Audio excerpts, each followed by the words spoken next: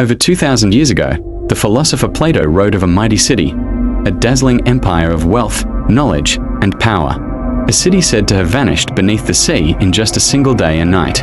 Its palaces glittered with gold, its harbors filled with ships, and its people, proud, ambitious, and perhaps too arrogant. For centuries, explorers and dreamers have searched for this lost world. Was Atlantis a real civilization swallowed by the ocean, or simply a story meant to teach us a lesson? Today, we dive into one of history's greatest mysteries, the legend of Atlantis. The story of Atlantis begins with the ancient Greek philosopher Plato. In his dialogues Timaeus and Critias, he describes a mighty civilization that once thrived more than 9,000 years before his time. According to Plato, Atlantis was an advanced society, rich in resources, skilled in engineering, and powerful on the seas. Its kings ruled a vast empire, and its temples and palaces were said to shine with gold and ivory. But their greatness came with arrogance. The Atlanteans, driven by pride and greed, sought to conquer beyond their borders. Angered by this corruption, the gods punished them. In a single catastrophic day and night, Atlantis sank beneath the ocean, lost forever. Plato even claimed that this island was larger than Libya and Asia combined. A detail so bold, it has fueled centuries of speculation. Was he recording a real memory or weaving a cautionary tale? To understand Atlantis, we have to understand Plato himself. He wasn't a historian, carefully recording facts. He was a philosopher, one of the greatest minds of ancient Greece. Plato used stories not just to entertain, but to teach. He believed myths and allegories could reveal deeper truths about human nature, morality, and society. So was Atlantis ever meant to be taken literally? Or was it a clever metaphor? Many scholars believe Plato invented Atlantis as a warning, a story about the dangers of arrogance, wealth, and unchecked ambition.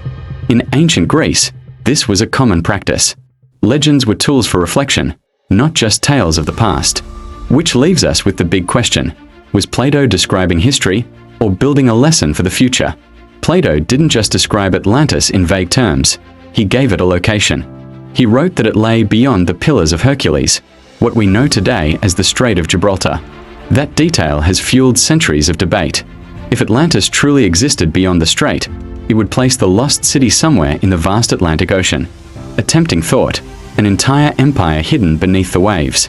But others argue the legend points much closer to home. Perhaps Plato was describing a catastrophe in the Mediterranean itself. Volcanic islands, shifting seas, and ancient civilizations that rose and fell. Could one of these be the true source of the story? Atlantis may be lost, but the clues in Plato's words still ripple through history, pulling explorers and scholars into the mystery. One of the strongest real-world connections to Atlantis lies in the Mediterranean, on the islands of Crete and Santorini. Over 3,000 years ago, the Minoans flourished here. They were brilliant seafarers, trading across the Mediterranean. Their palaces at Knossos and Akrotiri boasted stunning frescoes, advanced plumbing, and architecture centuries ahead of their time. But their golden age came to a violent end. Around 1600 BC, the volcanic island of Thera, modern-day Santorini, erupted with unimaginable force. Entire cities were buried under ash. Massive tsunamis swept across the sea, devastating Minoan settlements. To many historians, this disaster sounds eerily familiar, a thriving civilization suddenly destroyed by nature's fury.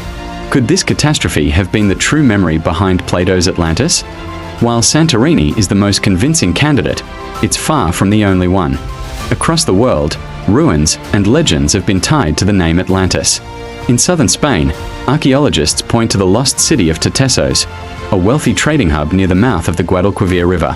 Its mysterious disappearance has led some to wonder, was Tartessos the true Atlantis?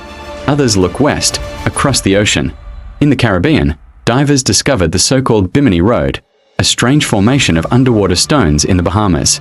Some believe it's the remains of man-made walls or roads, while skeptics say it's just natural rock. And then there are theories stretching all the way to South America, linking Atlantis to the ancient civilizations of the Andes. From Peru's mountain cities to Bolivia's ruins at Tiwanaku, these cultures seem to possess knowledge far ahead of their time. Each of these places offers pieces of the puzzle, but none have proven to be Atlantis beyond doubt. Perhaps the true power of the legend lies not in where Atlantis was, but in what it represents. Atlantis may not have been a real city at all. To Plato, it symbolized something bigger, the dangers of human pride. Its people were wealthy, ambitious, and advanced, but their arrogance brought destruction. In this way, Atlantis becomes less about a sunken empire and more about a timeless warning. Plato may have been using Atlantis to reflect on his own city, Athens, at the height of its power, but vulnerable to greed and corruption. That's why Atlantis still resonates today. It's not just a place on a map, it's an idea, a reminder of how quickly greatness can vanish, and how fragile civilizations really are. The mystery of Atlantis didn't fade with the ancient world, it only grew stronger. In the 1800s, explorers, writers, and mystics reignited the legend. Books and maps claimed to show where Atlantis once stood. Some believed it was in the Atlantic, others in Africa, or even the frozen lands of Antarctica. In the early 1900s, the American mystic Edgar Cayce made bold claims. He said Atlantis had possessed advanced technology, powered by crystals, and that traces of it would one day rise again near the Bahamas. As science advanced, the search took a new turn. In the 20th century, teams of divers, archaeologists, and even National Geographic expeditions scanned the seas, hoping to find ruins beneath the waves. Yet despite sonar scans, underwater digs, and endless theories, no definitive proof has ever been found. Still, the hope of discovering Atlantis refuses to die.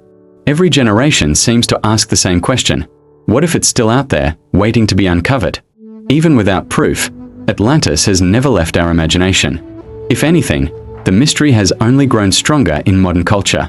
In books and films, Atlantis is often reimagined as a futuristic city filled with lost technology and hidden power. Disney's Atlantis, the Lost Empire, turned it into a magical kingdom. In DC's Aquaman, it became an underwater civilization of warriors. And in video games like Assassin's Creed, Atlantis is portrayed as a bridge between myth and science. Atlantis has become more than a lost city, it's a symbol of wonder. A place where history, mystery, and fantasy collide. And perhaps that's why the legend endures, because Atlantis is whatever we dream it to be. Historians tell us Atlantis was just a myth, a symbolic story invented by Plato to warn about pride and power. Yet archaeologists point to real places, like the advanced Minoan civilization that was suddenly destroyed by volcanic fire, or the mysterious city of Tartessos, whispered about in ancient Spain. Could these be echoes of Atlantis? Perhaps the truth lies somewhere in between, a powerful tale where history and legend are forever tangled beneath the sea. Maybe Atlantis was just a story. Maybe it was once real. But every myth carries a grain of truth. What do you think? Was it a lost world swallowed by the sea, or simply a legend that survived the ages? Share your thoughts in the comments below. And if uncovering history's greatest mysteries excites you, join us by hitting that subscribe button. Because Atlantis is just the beginning, and beyond the horizon, countless other lost worlds are waiting to be discovered.